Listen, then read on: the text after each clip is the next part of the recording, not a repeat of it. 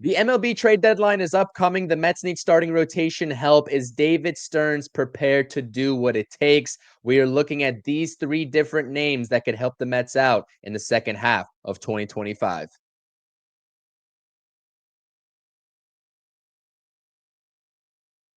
What's up, Mets fans? We're talking starting pitching here, talking deadline deals, and we're discussing three distinct names that you may or may not have seen floating around social media. And I will give you at the very end the candidate that I think is the best fit for this starting rotation on the trade market.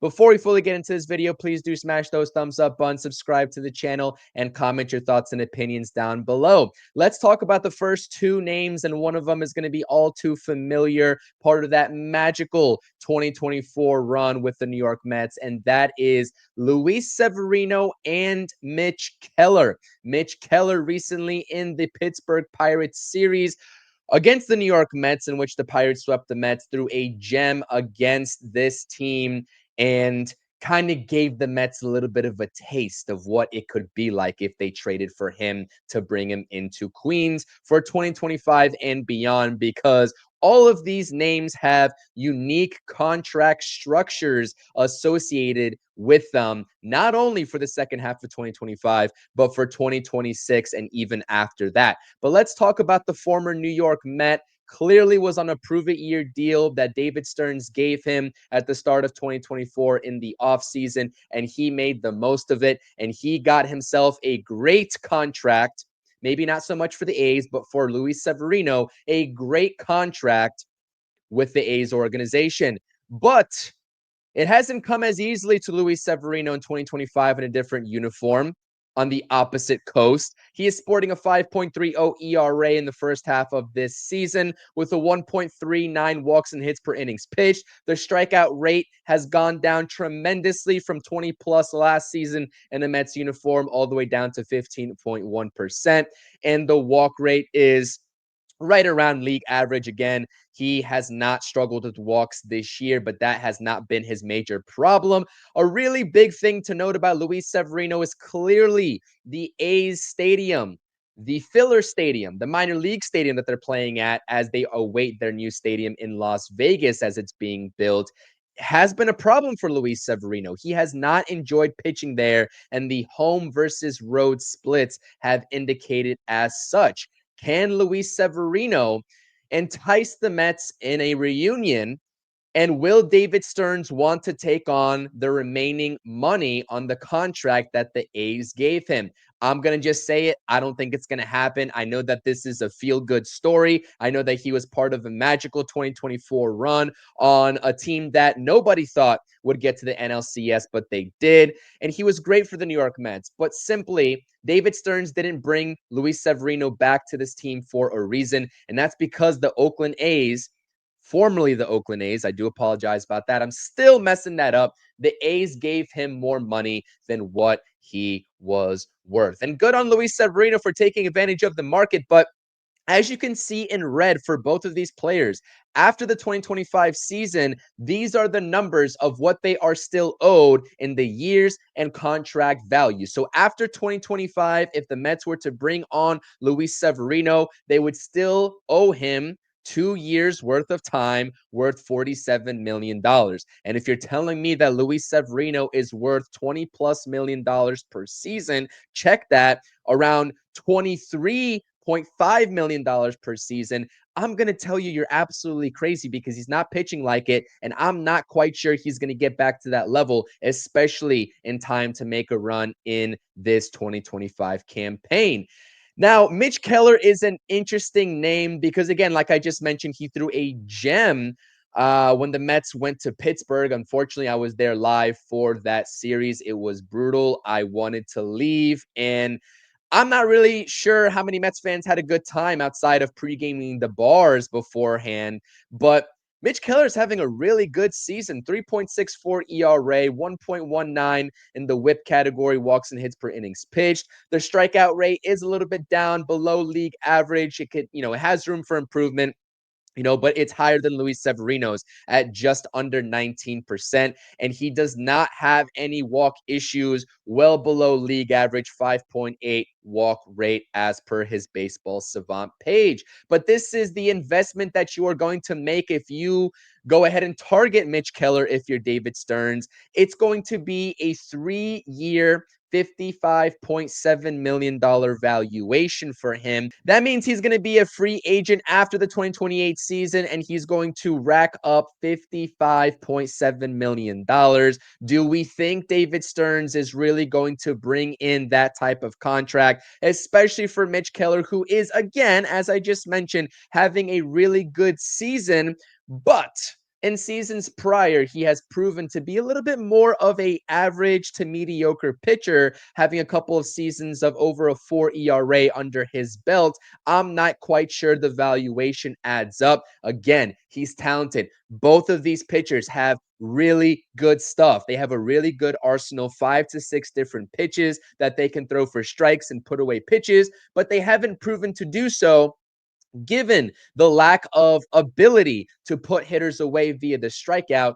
It's good versatility, but I'm just not quite sure that either of these guys align with the philosophy of what David Stearns is trying to do. And a lot of Mets fans are pretty pissed off with David Stearns, and I understand it given the philosophy of not giving pitchers more than 3-year deals, not giving pitchers more than $25 million per. I understand that. And clearly, I think we have to be objective. Mitch Keller would be an awesome addition to this rotation to go alongside Sean Manaea, Kodai Senga at the top of this rotation. And by the way, before I get into the last name, in which I really do think David Stearns should be going all in for at this trade deadline, really good news out of the New York Mets organization in that Kodai Senga could potentially make a start this Friday in Kansas City as part of the last series before the All-Star break. So Kodai Senga is almost ready to return, and the Mets are going to get much needed help back into this rotation when they've been just trying to piece things together over the past few weeks. But again, Luis Severino, Mitch Keller would be good additions. I don't think that would put the Mets over the top, even though Mitch Keller is probably the better option here. I do think the money attached to him after the 2025 season and the years would persuade David Stearns to look elsewhere. So where else would he look? And I'll tell you where he can look. A guy that is a proven veteran, a guy that is having success this season and can carry that over. Hopefully, in the second half, if he were to join the New York Mets, or I should say rejoin, I'm not sure if that's going to give that away. Not having much contractual obligation associated with him coming over to Queens after the 2025 season, right? And also, a guy that's pitched in New York before. His name is Seth Lugo.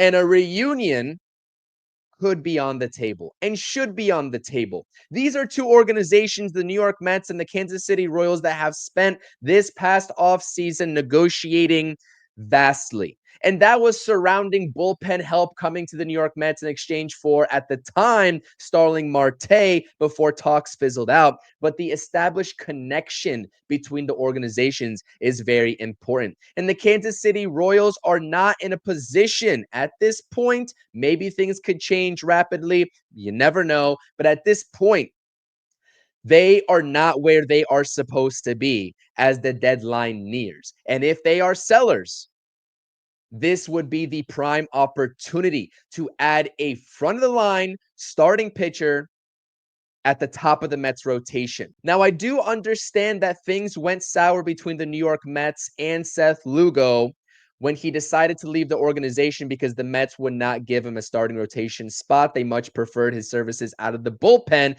and it probably hindered him. And he wanted to get paid like a starting pitcher, and so he did. On a relatively, I shouldn't say relatively because of what he's doing right now, a positively cheap contract, a team-friendly contract.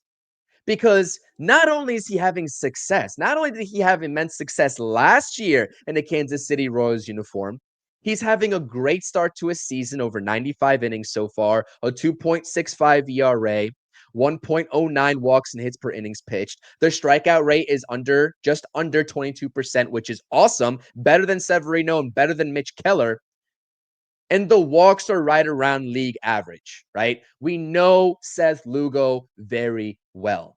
We know what he has to offer. He's a gamer. He's a gamer. He is. And he knows this Mets organization quite well. And I will say, hopefully, he would be open to reunion. I say hopefully because you never know with some of these things how they view the organization once they leave, whether he would be open to returning. Clearly, that's part of the negotiation factor because he wouldn't just be a Met for the second half of 2025. He has another year left on his contract and wouldn't be a free agent until the end of the 2026 season. And that's not much obligation for the Mets to take on. That's not a big hit for the Mets to take on. And only at $15 million. Seth Lugo signed a 3-year, $45 million deal with the Kansas City Royals, and it has proven to be one of the best team-friendly deals that you can possibly find in such an inflated starting pitching market, talking free agent-wise. So Seth Lugo is the clear get. The clear get. If he is open to a return because the money isn't too great. He's pitched in New York and he's having a lot of success. And I will take his track record over some of the other names here. Severino had a great year last year. Okay, contract year, proven year. He got his contract. Now he's faltering a little bit. Little bit of a risk to take on, although I'm sure he'd be rejuvenated coming back to New York. I understand that. Mitch Keller, again, having a really good season, is a really talented pitcher.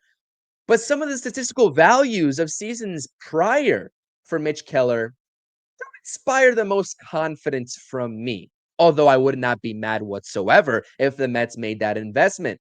But I think that David Stearns could have the best of all the worlds that he possibly wants right here with Seth Lugo. Let me know, Mets fans, what do you think of these three names?